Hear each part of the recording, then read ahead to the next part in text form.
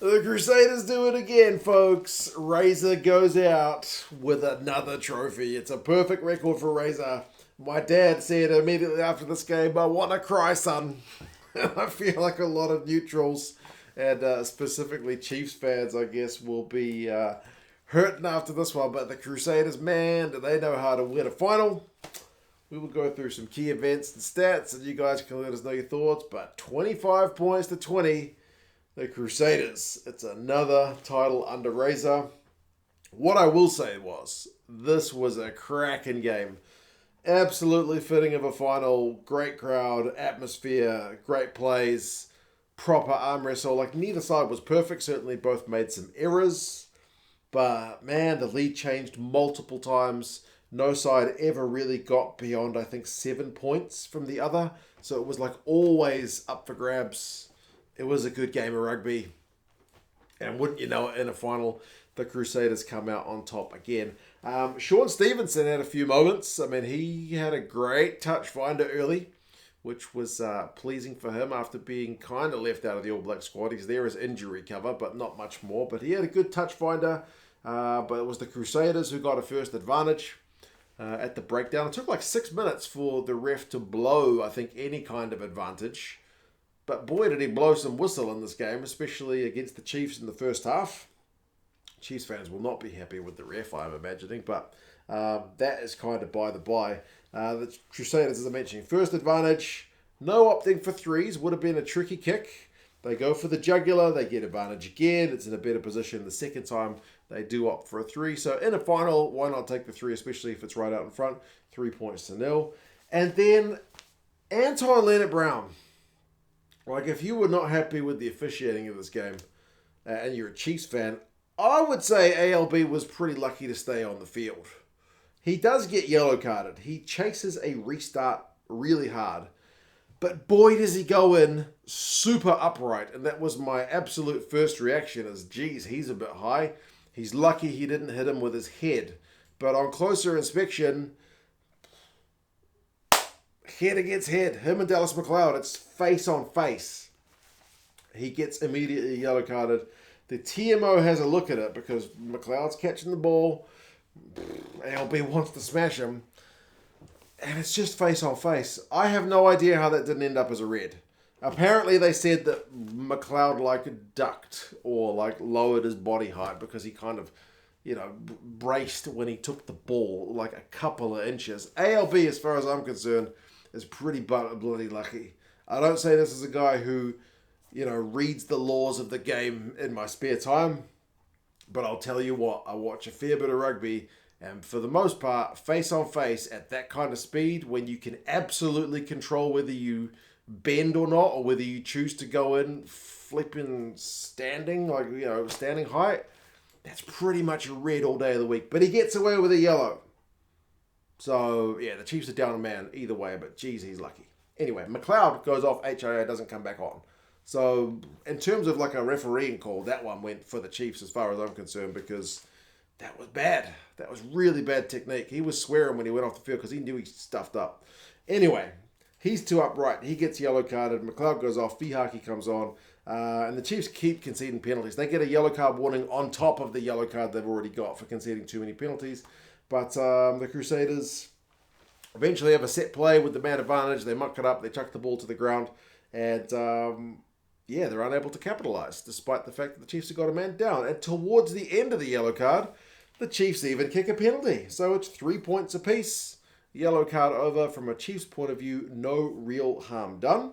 And then the Chiefs put it up into a gear, man, because they've been a bit rattled at the start of the game, despite the good support from the crowd. Will Jordan gets stripped by Jacobson, and the Chiefs start to open up. They show that kind of handling game that they've got, man, that passing game.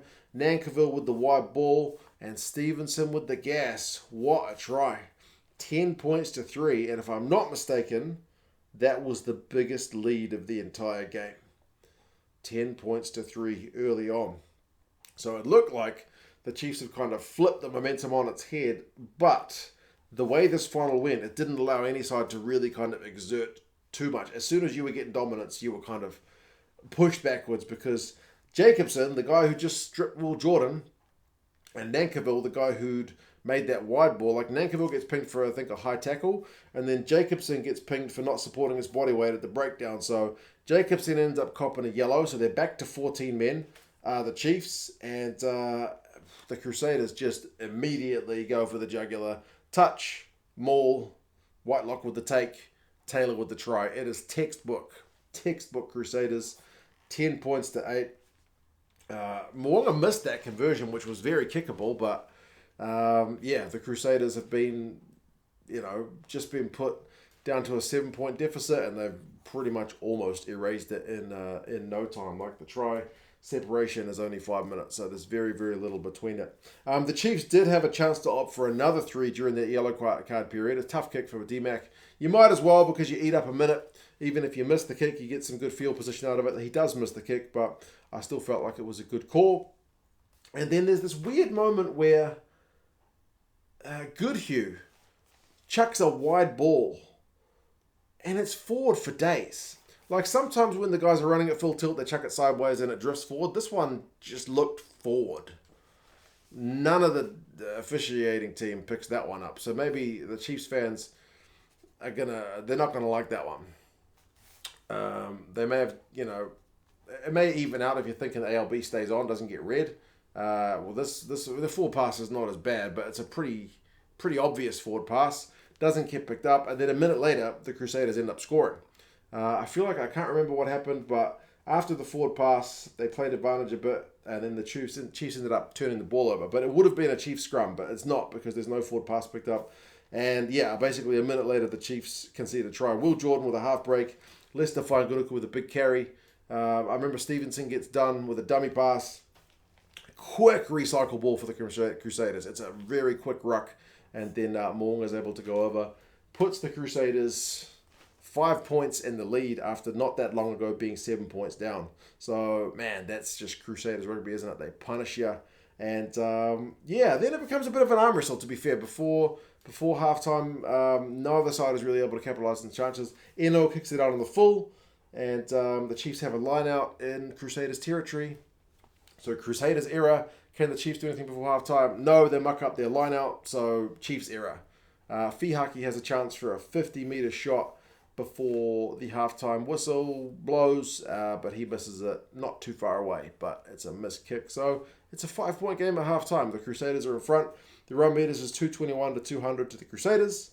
Clean breaks is 1 apiece. It's been pretty hard to break the line. The Crusaders have had more ball. The Crusaders have had slightly less territory, but it's like 51-49, so pretty marginal.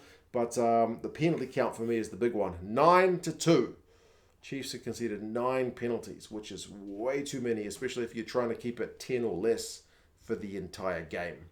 Second half, Chiefs, once again, whatever they said at halftime, man, they managed to turn it around. Just like that initial period where they're under the pump, they managed to kind of turn it around. Scrum set play, it is a beauty. It is, again, textbook Chiefs. D-Mac to Nankivell out wide, puts it back inside to Shaun Stevenson, who puts it back outside to Narawa. Narawa goes over for a try in 43 minutes. Man, that's some attractive rugby. And a great conversion from D-Mac puts them back in front, 17-15. So they've gone from 5-point deficit to 2-point advantage. The final's back on for the Chiefs fans. They're getting right back into it. The cowbells are going. And then the Crusaders even lose a line-out ball, which doesn't happen that much. And you're thinking, man, are the Chiefs going to get some momentum? No, because Scotty Barrett gets in there with a line-out steal. Although the Crusaders were offside not too long later. And, the Chiefs kicked the penalty. So 20 points to 15. They've gone from being 5 points down to 5 points up. It's a 10-point swing for the Chiefs. Can they keep the momentum? Well, another not straight lineup from the Crusaders, you think maybe. But then Narawa's turn to kick it out on the full from a kicking duel means that, neither side's really able to kind of get that kind of phase after phase after phase momentum to really turn the screws. Scotty Barrett's being a real workhorse, pinches another lineup ball, makes 2 tackles within 2 seconds. He makes the same. He tackles one guy, gets up, and then tackles the next guy. That's just Scott Barrett. He was a bit of a tackling machine in this one. And, it just looked like it was going to be an arm wrestle for the rest of the game. But there looked to be, and both sides did get denied tries in this game, a proper wonder try from the Chiefs. Another set play. A line-out move over the back of the line out to an on-rushing D-Mac who passes it to Narawa, who gets rid of Moonga and goes over for a try. It was beautiful. It's one of the most beautiful non-tries you will see this year. But the TMO checks it and D-Mac is offside at the line out. So that goes back to a Crusaders penalty, which almost ends up in a Crusaders try, although they get held up. So it's almost like a try each way, but neither side can get it. It's kind of back to arm wrestle time. Both sides had 10 phases on the opposition's 22, but neither was able to really kind of get that killer punch, get that bit of X factor, get that try to put them, in real charge of the game. If the Narawa try had been given, then the Chiefs would have genuinely gone up by a couple of scores, but not to be. On 70 minutes, the Crusaders got held up again, but they had advantage. Crusaders go close again, but then Kane gets yellow carded for getting on a ball which wasn't quite out. And then from that yellow card, same as the Jacobson one, Crusaders with that maul with the extra forward go over and Taylor gets his second. So they go up 22 points to 20 with less than 10 minutes to play. D-Mac did have a very long shot at goal. I want to say it was 52 metres from memory on the screen when the Crusaders were not rolling. And his kick was bloody close. Bloody close. It's well worth going from it because we've seen D-Mac hit some long-range ones in the past, but he was a couple of metres short. He had the accuracy. That would have put the Chiefs in front, not to be. And then from there, the Chiefs are really in a position where they just have to run everything because there's like 2 minutes left. They end up going 10 phases, but all of them backwards from the halfway line to deep into their own 22 to the point where they concede a penalty, which Moonga duly slots and gives us the final scoreline of 25 points to 20. So Crusaders, well done on another trophy. It's honestly pretty fitting. Even I can appreciate it from an Auckland point of view here, that Razor goes out with that win. It would have been great to see somebody else win it for a change, don't get me wrong, but what a record that guy's had, phenomenal. Unbelievable. Run meters finished 538 to 387 to the Chiefs. Clean breaks 3-2 to the Chiefs. Defenders beaten 21-13 to the Chiefs. So that kind of seems hunky-dory if you're a Chiefs fan. But possession and territory is to the Crusaders overall. Line out. The Crusaders are at 91. The Chiefs at 57. And that is poor from the Chiefs. Couldn't retain their own line-out ball. Penalties conceded 15-8. Also, not great when you're conceding almost twice the penalties of your opposition. And 12 of those 15 penalties for the Chiefs were in their own half. Not great news. 3 yellow cards to zip. For mine, that is a big, big difference maker. I mean, there's a few missed goal kicks both ways, but geez, the discipline was the killer. Some will blame Ben O'Keefe for that, but as I said, ALB for mine could have got a red, so make of it what you will. Narawa, 7 defenders beaten, 136 metres, shows why he's been selected for the All Blacks. Stevenson also gets a try and an assist, also looked pretty dangerous, even if he was kind of found out once. D-Mac, 153 metres. Sam Cane, top tackler of the game with 22, despite getting a card. Will Jordan, a couple of clean breaks. Scotty Barrett with the line-out steals and 17 tackles. Fainga'anuku kept largely pretty quiet on attack, but won a few turnovers on defence. So there you go, folks. It is a Crusaders win in Super Rugby. How many times have we heard that? Many a time. They are getting a new coach next year, Rob Penny. We'll see if he's able to maintain the kind of standards that have been set by Razor, but she's a pretty high bar. Commiserations, Chiefs. Well done, Crusaders. Super Rugby is done for the year. Rugby Championship is not too far away. You guys let us know your thoughts on the game, and yes, I'll talk to you guys again soon. Ta-ta.